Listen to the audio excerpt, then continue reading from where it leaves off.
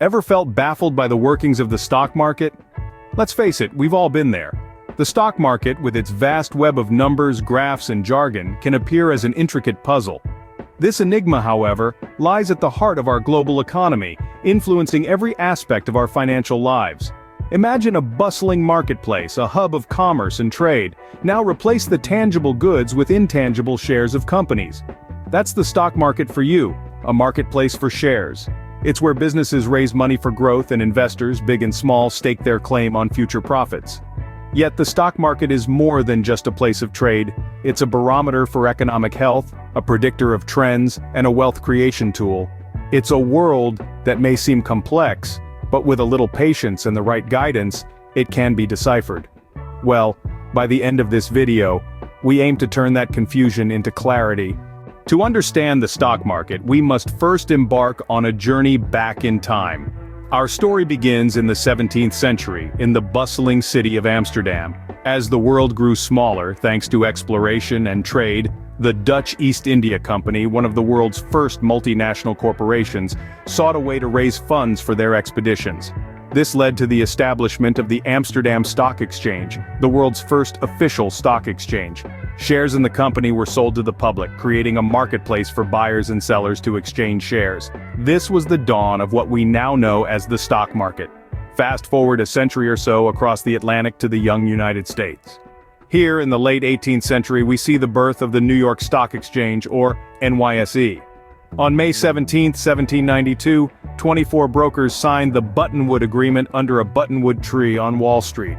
This agreement marked the creation of a centralized and regulated place for trading securities, a crucial step in the evolution of the modern stock market. The NYSE started small with just 5 securities, including 3 government bonds and 2 bank stocks. But it grew rapidly. By the mid-19th century, it had hundreds of listings, including everything from railroad companies to telegraph companies. Despite numerous challenges, including the Great Depression and various market crashes, this institution persevered and evolved, reflecting the resilience of the global economy. The creation of the Amsterdam Stock Exchange and the New York Stock Exchange were pivotal moments in the history of finance. These institutions provided a platform for companies to raise capital and for investors to share in the profits of these companies. They laid the groundwork for the complex global network of stock exchanges that we see today, and thus, the modern concept of the stock market was born. From paper slips to electronic trades, the stock market has come a long way. In the early days of the stock market, trading was a physical, chaotic affair. This was the era of open outcry floor trading, where brokers would gather on the trading floor and shout their buy and sell orders. Transactions were recorded on paper slips, and this method was not just noisy, but also prone to errors and inefficiencies. As the world moved into the 20th century, technology began to reshape the market. Telegraphs and telephones made communication faster and more efficient, reducing the need for brokers to be physically present on the trading floor. However, it was the advent of computers in the mid-20th century that truly revolutionized the stock market. Computers allowed for the development of electronic trading, a system where trades are conducted through computer networks rather than on a physical trading floor. This system was more efficient and accurate than open outcry trading.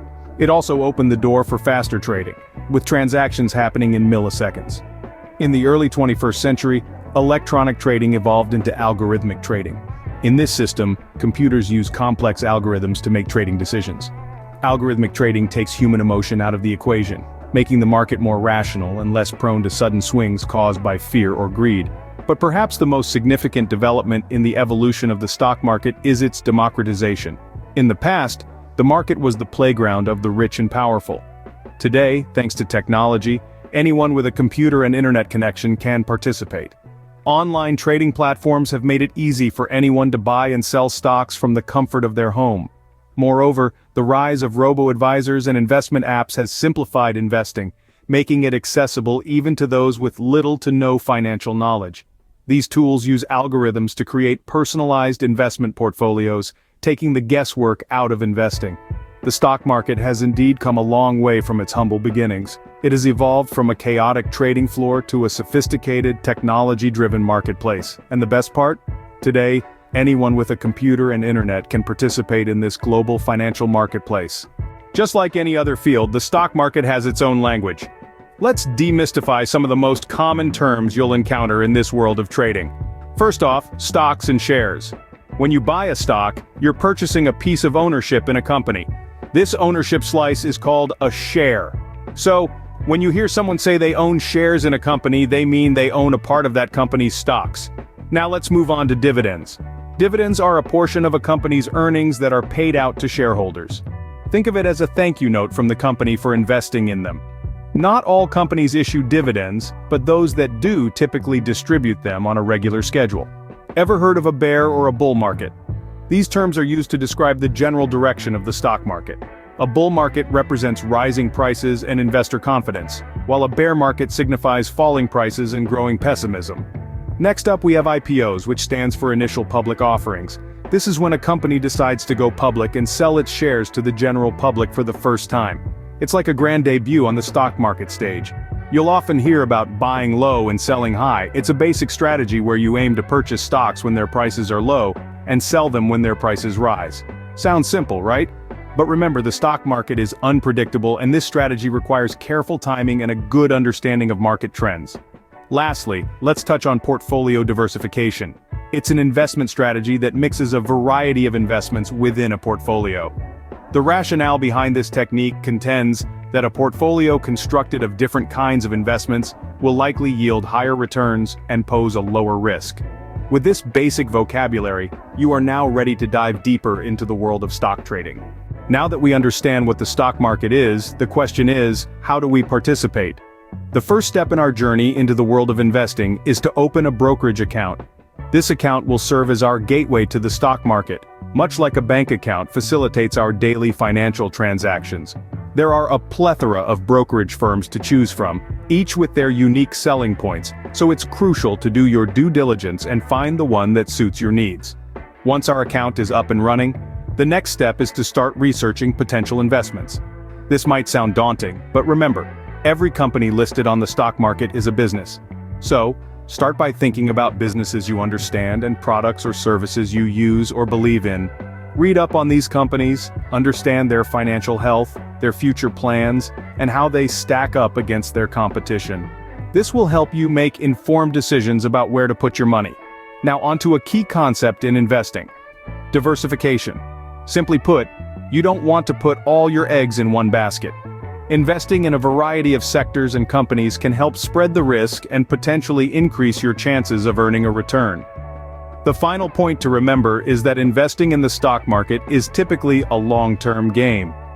While it can be tempting to jump in and out of the market, trying to time your investments perfectly, history has shown that a steady, long-term approach often yields the best results.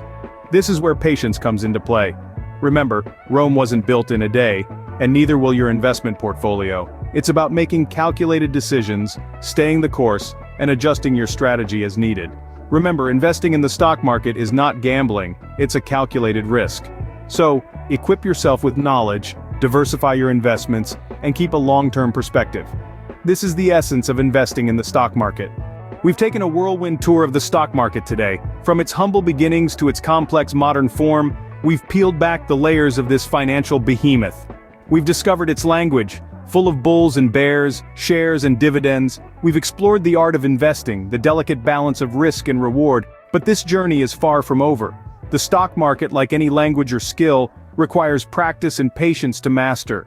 It's a world that's constantly evolving, shaped by economic shifts and technological innovations. So consider this video as your launchpad, a starting point for your own exploration. Continue to educate yourself, ask questions, and stay curious. The more you learn, the more confident you'll become in navigating this vast financial landscape. What do you know about the stock market? Comment below, and don't forget to like and subscribe to the Wealth, Health, and Truth channel on YouTube.